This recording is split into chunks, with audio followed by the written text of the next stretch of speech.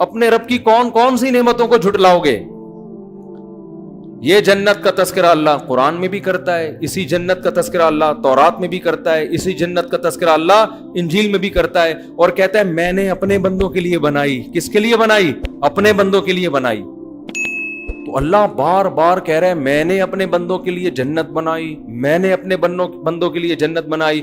انکا لا تجوع فیہا ولا تعرا، نہ بھوک کی تکلیف ہوگی اور نہ لباس کی پریشانی ہوگی۔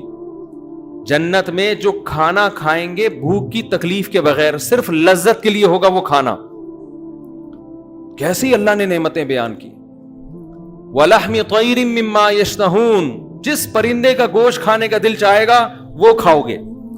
سورہ دہر اٹھا کے دیکھیں، اللہ فرماتے ہیں اِذَا رَأَيْتَهُمْ حَسِبْتَهُمْ لُؤْلُؤًا مَّنْثُورًا، خوبصورت بچے خدمت کے لیے، اتنی بڑی تعداد میں آپ کی خدمت کے لیے، حالانکہ وہاں خدمت کی ضرورت نہیں ہے، لیکن اللہ نے آپ کی انٹرٹینمنٹ کے لیے، کہ انسان کو نا مزہ آتا ہے کسی سے خدمت لیتے ہوئے، آرڈر چلاتے ہوئے، ابے یہ لے آ جا کے۔ آپ نے دیکھا نا وہ مکینک کیسے کام لیتے، چھوٹے پانا لے کر آ، چل چھوٹے وہاں سے ٹائر اٹھا کے لا۔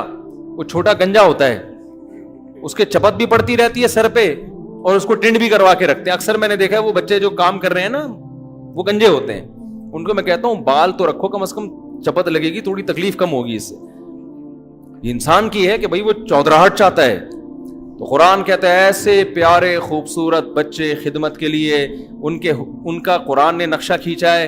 اذا رأیتہم حسبتہم لؤلؤا منثورا، جب تم ان کو دیکھو گے ایسے لگے گا موتی ہیں بکھرے ہوئے، جیسے تسبیح خوبصورت دانوں والی ٹوٹتی ہے اور کیسے موتی بکھر جاتے ہیں، ایسے وہ خوبصورت بچے جنت کے اندر بکھرے ہوئے ہوں گے۔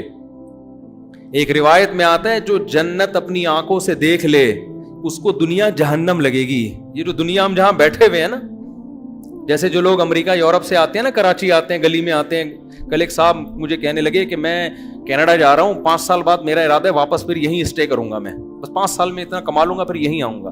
میں نے کہا 5 سال کے بعد آپ یہاں آؤ گے مگر آپ کا یہاں دل نہیں لگے گا، کیونکہ آپ نے کینیڈا دیکھ لیا ہوگا، آپ کو یہاں گٹر کے ڈھکن ہضم ہی نہیں ہوں گے آپ کو یہاں، پھر یہاں ٹریفک، پھر گاڑیاں۔ تو میں نے کہا یا تو جاؤ نہیں، اسی گندگی میں گزارا کرو، کیونکہ اس گندگی میں بہت سی اچھائیاں بھی ہیں، مذہب محفوظ ہے یہاں پہ، سستائی ہے وغیرہ وغیرہ، بھی میں اس ٹاپک پہ نہیں جاتا، بہت سی خوبیاں ہیں۔ تو یہ گٹر کے ڈھکن وکن برداشت کر لو، آپ کا امیون سسٹم اتنا اچھا ہو جائے گا یہاں پہ رہ کے کہ کسی دن گٹر میں گر بھی گئے نا تو اگلے گٹر سے نکلو گے زندہ سلامت، ایسا سسٹم ہو جاتا ہے یہاں پہ۔ وہاں سے نکلنا بھی ضروری نہیں ہے، اگر آپ چلتے چلتے اگلے ڈھکن اور اگلے سے نکل جاؤ گے، کیونکہ ڈھکن وہاں بھی نہیں ہوگا، یعنی یہ بھی ٹینشن نہیں ہے کہ میں یہاں سے آگے چلا گیا، پیچھے سے پانی کا پریشر آیا، نکلوں گا کہاں سے، کوئی بات نہیں، اگلے ڈھکن سے نکل جاؤ آپ۔ تو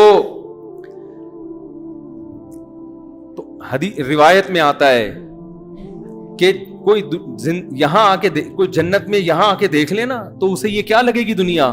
جہنم۔ تو اللہ اتنی تعریفیں کر رہا ہے، ان للمتقین مفازا، جو لوگ پرہیزگار ہیں، گناہوں سے بچتے ہیں، انٹرنیٹ پر بےہودہ فلمیں نہیں دیکھتے، اگر کبھی غلطی ہو رب کو منا کے رو کے منا کے توبہ کرتے ہیں، نظر کی حفاظت کرتے ہیں، یغضوا من ابصارہم، سود نہیں کھاتے، کسی کی غیبت نہیں کرتے، کسی پر بہتان نہیں لگاتے۔ بہتان میں یہ بھی ہے سیاسی اختلافات میں مخالف پر بے جا الزامات لگانا، یہ بھی بہتان تراشی میں داخل ہے۔ آپ کسی سیاسی جماعت میں بغیر دلیل کے اپنے لیڈر کے کہنے پہ دوسرے کے لیڈر کو برا کہنا شروع کر دیں، یہ کوئی دلیل نہیں ہے کہ میرے قائد نے بولا تھا کہ ایسا ہے تو آپ نے بھی بول دیا ویسا ہے۔ آپ کے قائد کی کیا دلیل ہے؟ آپ کے وہ تو اپوزیشن میں، وہ تو بولیں گے ایسا ہے۔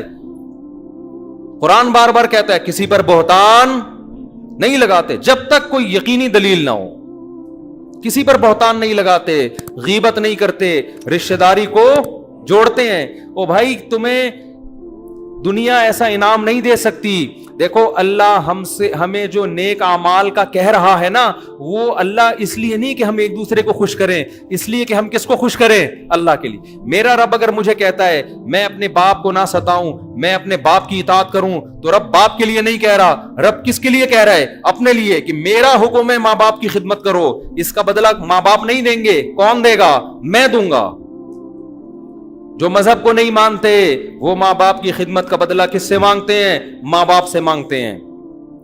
جو مذہب کو نہیں مانتے، جنت جہنم کو نہیں مانتے، باپ اگر اولاد پر احسان کرے گا تو اس کا بدلہ کس سے مانگے گا؟ اولاد سے. وہ اللہ سے بدلہ نہیں مانگے گا.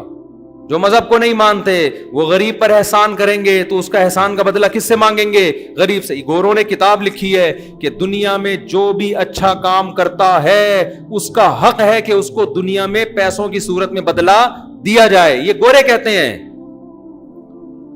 ہر شخص کو اس کا کوئی بھی کچھ بھی کر رہا ہو اس کی قیمت ہوتی ہے. تبھی آپ دیکھیں بہت سے موٹیویشنل اسپیکر ہیں یہ فری میں کہیں 5 منٹ بھی بیان نہیں دیں گے جا کے. ہر بیان کی ان کی قیمت ہوتی ہے. وہ کہتے ہیں ہم جب آپ کی خدمت کر رہے ہیں تو ہمیں اس کے بدلے میں کیا مل رہا ہے؟ ہمارے ریٹ ہیں 1 گھنٹے کے اتنے، آدھے گھنٹے کے اتنے پائیں. کبھی فری میں بھی تو کر دیا کریں نا بات.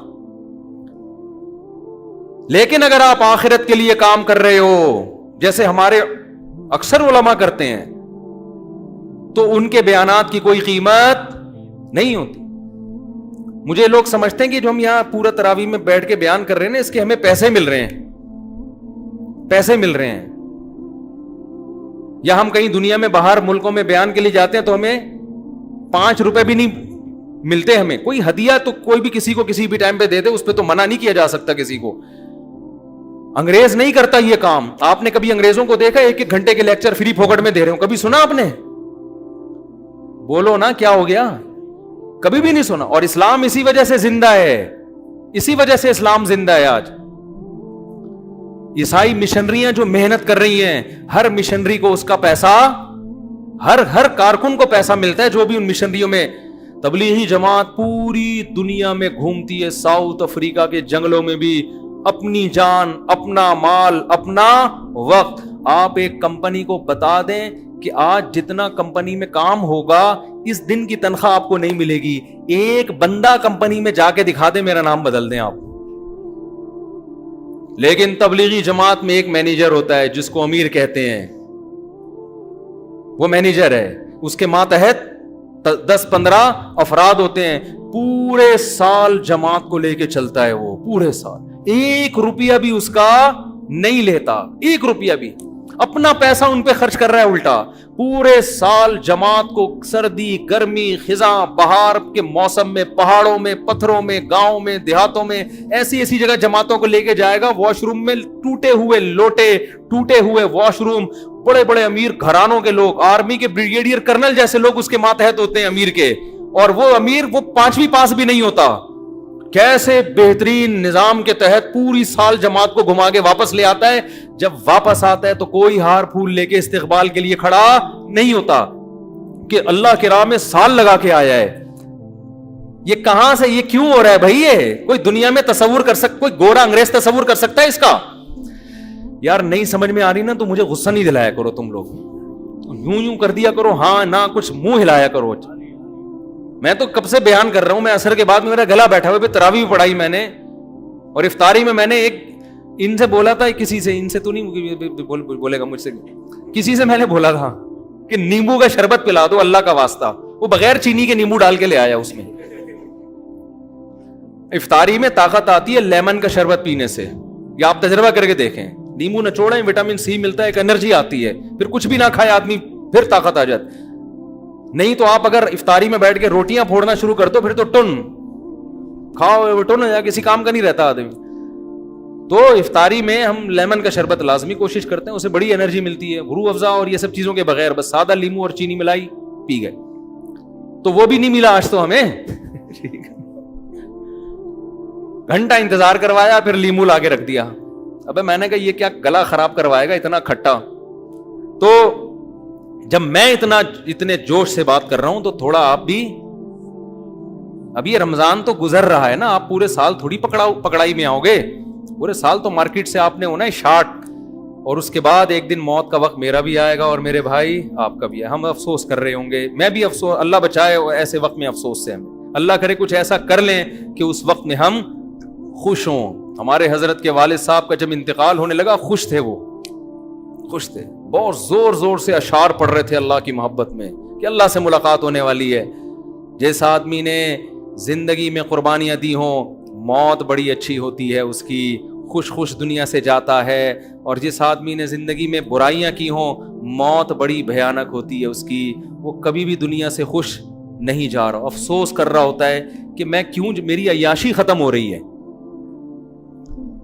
تو اس لیے تھوڑا سا جوش دکھا لیں۔ ویسے بھی یہ سارا سلسلہ بھی 1 سال تک کے لیے، پھر اتوار کو ہمارا بیان ہوا کرے گا، وہ تو الگ موضوعات ہوتے ہیں۔ تو میرے بھائی مجھے ایک بات بتاؤ کہ اتنی اللہ جنت کی باتیں کر رہا ہے، اللہ کہتا ہے، میں بات کیا چل رہی تھی؟ ہاں، تو یہ موٹیویشن تبلیغ جماعت کو کہاں سے ملتی ہے بھائی؟ یہ اس لیے کہ کس کے لیے کر رہے ہیں؟ اللہ کے لیے۔ اس کا بدلہ کون دے گا؟ اللہ۔ تو میں اپنے باپ کی اگر خدمت کرتا ہوں کس کے لیے؟ اللہ کے لیے۔ ماں کی خدمت کرتا ہوں کس کے لیے؟ اللہ کے لیے۔